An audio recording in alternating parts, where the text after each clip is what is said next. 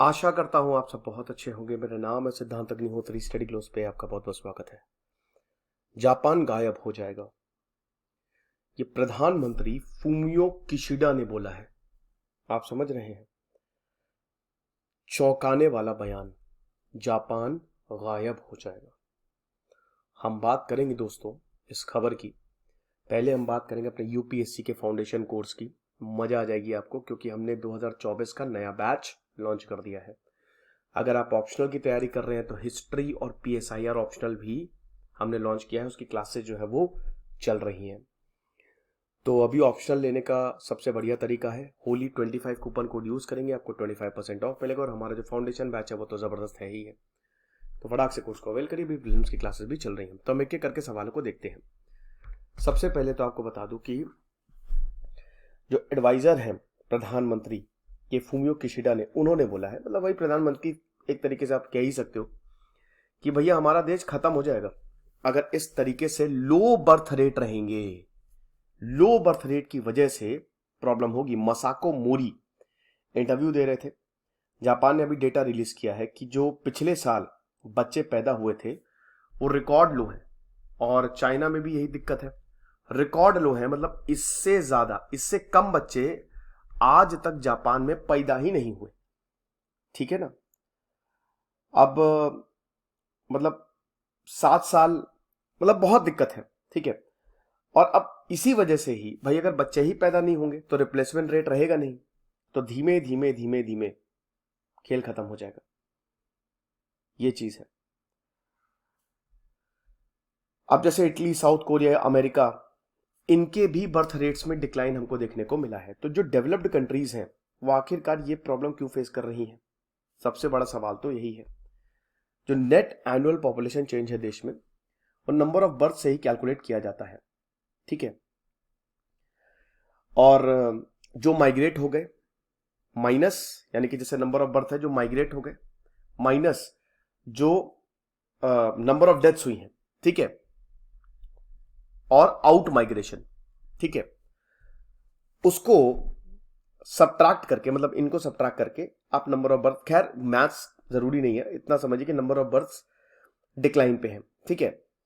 तो जो birth, deaths और माइग्रेशन है वो बहुत इंपॉर्टेंट नंबर हो जाते हैं। पैदा हुए, कौन निकल गए यहां से और कौन आ रहे हैं। जैसे भारत में अच्छे खासे बच्चे पैदा हो रहे हैं, तभी तो हम सबसे ज्यादा हो रहे हैं पूरी दुनिया में। लेकिन डेथ्स भी हाई है। ठीक है। हाई बर्थ जो होती हैं, अगर बच्चे ज्यादा पैदा हो रहे हैं तो डेफिनेटली एग्रेरियन सोसाइटीज, जैसे भारत एक कृषि प्रधान देश है, तो वो मदद करते हैं। जैसे अगर 5-6 बच्चे हैं तो 5-6 बच्चे खेती में लग गए। ये चीज है।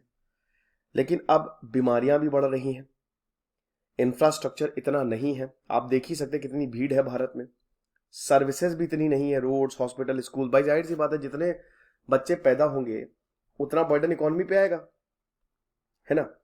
लेकिन हाई नंबर ऑफ डेथ्स भी हो रही हैं इन्हीं वजह से। तो ओवरऑल पॉपुलेशन चेंज जो है वो मिनिमल है। ठीक है।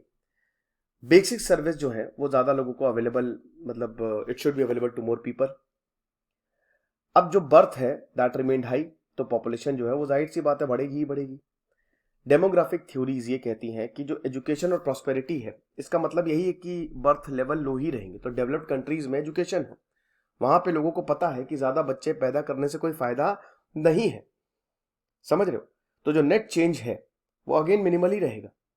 और वहां पे इस समय डेवलप्ड नेशन जो है वो खड़े हुए हैं। ये चीज है। उसके बाद फिर वही बेटरमेंट्स, जैसे life expectancy, quality of life, infant deaths जो है वो कम हो, औरतों की जो हेल्थ है वो अच्छी हो। ये सब भी फैक्टर्स लिए जाते हैं। कहने का मतलब यही है कि डेवलप्ड कंट्रीज में लोग ज्यादा ही पढ़ लिख गए हैं। और ज्यादा ही पढ़ लिखना बहुत अच्छा होता है किसी भी सोसाइटी के लिए। लेकिन उनको यह भी डर है कि भाई इकोनॉमी हम देख ही सकते हैं कि कैसे जा रही है।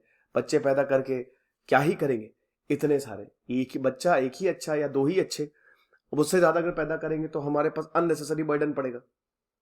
अगर डेथ्स जो है वो ओवरऑल पॉपुलेशन की बर्थ को एक्सीड कर ले तो सिंपल सी बात है कि उसमें रिप्लेसमेंट लेवल होगा ही नहीं। कहने का मतलब ये है कि जैसे अगर कहीं किसी देश में लोग ज्यादा मर रहे हैं और बर्थ कम हो रही है, तो धीमे धीमे पॉपुलेशन खत्म हो जाएगी, और ये जापान के साथ है। तो अब कंसर्न्स क्या है, जो बर्थ रेट फॉल हो रहे हैं, अब डिसअपियर कमेंट है वो बड़ा ही ब्रूटल है। It's extreme stage of this trajectory, ये चीज है।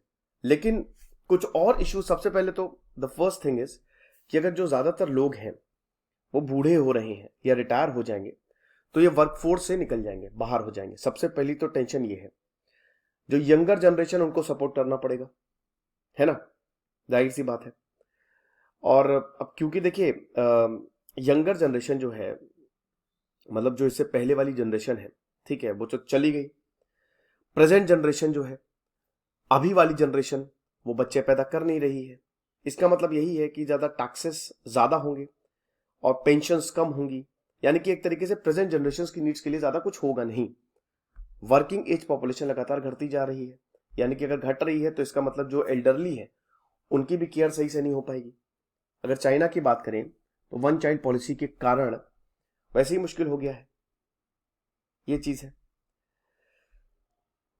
तो जापान की अगर बात करें तो बाकी डेवलप्ड कंट्री से काफी ज्यादा, क्योंकि जापान में प्रॉब्लम बहुत, मतलब उस स्टेज पे हम आ गए हैं जहां पे जो एल्डरली लोग हैं वो 30% है पॉपुलेशन का। 100 में से 30 आपको बूढ़े लोग मिलेंगे, ये चीज है। साउथ कोरिया में भी, लेकिन साउथ कोरिया में बर्थ रेट ठीक ठाक है, नहीं बर्थ रेट वहां पे भी कम है, सॉरी, इट इज वर्स।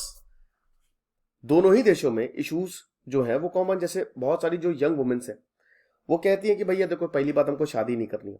कम औरतें शादी कर रही हैं, शादी कर रही हैं तो बच्चे बहुत ज्यादा पैदा नहीं कर रहे हैं। अर्बनाइजेशन, मॉडर्नाइजेशन, भाई डेवलप्ड कंट्री है तो कॉस्ट बहुत ज्यादा रहती है, तो हम बच्चों को कैसे बढ़ाएंगे। फिर उसके बाद क्या होता है ना कि जैसे बच्चा जब पैदा होता है तो 3-4 साल तक तो वो आप पे ही डिपेंडेंट रहेगा, यानी कि औरत को घर में रहना पड़ेगा, आदमी को घर में रहना पड़ेगा। डेवलप्ड कंट्रीज में ऐसा होता नहीं है, ठीक है, उनको जाना ही पड़ता है, काम करना पड़ता है। अगर वो घर में रहेंगे तो हर तरीके से उनका लॉस होगा, लेकिन फिर इससे तो दुनिया ही खत्म हो जाएगी, ये चीज है। फिर वही है कि अब जो ट्रेडिशनल जनरल रूल्स थे वो एकदम बदल गया है, क्योंकि भाई अभी क्या है ना कि बच्चों को बड़ा करना है तो क्या खाली औरतों पे डिपेंडेंट हो जाओ। खैर कल्चरल एक्सपेक्टेशंस खाली रीजन नहीं है ना। प्रॉब्लम ये भी है कि अब जैसे आदमी भाई जॉब कर रहा है तो वो सुबह से शाम तक वहां पे करेगा, है ना, सैलरी उतनी है नहीं ताकि फैमिली को सपोर्ट कर सके। तो वो वैसे ही इतना परेशान रहता है, कहता है अरे भैया हमको, हम मामी से दूर है, हम ज्यादा बच्चे ना पैदा करो ना, हम बहुत ज्यादा फैमिली को सपोर्ट कर पाएंगे। जैसे DW की रिपोर्ट ने ये कोट किया था, जो जापान की कैबिनेट ऑफिस की थी, जो 25% है जो औरतें जो 30 साल 32 साल मतलब लोग 30s में है, और 26.5% सेम मेन, वो ये कहते हैं कि हमको शादी ही नहीं करनी है। अब ये तो और डेंजरस हो गया, ये चीज है। इमाइग्रेशन की बात करें तो हिस्टोरिकली जापान बहुत ज्यादा इस पे हेजिटेंट रहा है ना, कि कल्चरल होमोजिनिटी को बढ़ाने के लिए ना बाहर से कोई आए और ना यहां से कोई बाहर जाए। तो अभी क्या किया जा रहा है, 3 फैक्टर्स हैं, 3 ही फैक्टर्स को रिकॉग्नाइज किया गया है। जो रिपोर्ट निकाली है सरकार की काउंसिल फॉर जनरल इक्वालिटी ने, उसने यही बोला कि जापान को मेजर्स लेने पड़ेंगे, जैसे flexibility of work style, flexibility in division roles for household work, और इक्वालिटी ऑफ एम्प्लॉयमेंट अपॉर्चुनिटीज। वरना तो प्रॉब्लम हो जाएगी, वरना कोई बचेगा ही नहीं। धीमे धीमे, मतलब डेफिनेटली धीमे धीमे ही होगा ये। जैसे अमेरिका और नेदरलैंड्स हैं, दोनों ही डेवलप्ड नेशन है, लो बर्थ रेट है, लेकिन सिचुएशन इतनी अलार्मिंग नहीं है, क्योंकि वर्क प्लेस पॉलिसी और कल्चर औरतों के इर्द गिर्द बहुत अच्छा है। मैटरनिटी लीव मिलती है, आप बच्चों को आराम से ऑफिस ले जा सकते हो। जापान में ऐसा नहीं, जापान में वर्क जो कल्चर है ना काफी टॉक्सिक है, ये चीज है। अब जापान प्लान तो कर रहा है कि एक बॉडी बनाई जाए ताकि प्रॉब्लम का सोल्यूशन निकाला जाए, टैक्स इंसेंटिव दिए जाए, बाकी बेनिफिट्स दिए जाए ताकि बच्चे पैदा हो। लॉ मेकर जो हैं वही बोल रहे हैं, मतलब they are actually under fire कि ये यंग लोगों की वजह से नहीं हो रहा है, ये सेल्फिश हैं, रोमांस नहीं है इनके अंदर। क्या बात कर रहे हो भाई। और सिंगल वुमेन को तो बोल रहे हैं कि बर्डन ऑफ स्टेट है। तो अब जापान में इस तरीके की बातें हो रही हैं। हालांकि मोदी ने ये बोला कि वुमेन एम्पावरमेंट और जो बर्थ रेट पॉलिसी है वो सेम रही है, ठीक है। अगर आप इन चीजों से सेपरेटली डील करें तो शायद ये इफेक्टिव नहीं होगी, बट डेफिनेटली जापान के लिए काफी ज्यादा परेशानी वाला सबब है। तो जो होगा अब देखा जाएगा, ये तो चलिए दूसरी पीपीटी आ गई है। ओके, तो हमारे कोर्स को आप जरूर अवेल करें और होली 25 कूपन कोड यूज करें, आपको बहुत ज्यादा फायदा मिलेगा। Thank you so much.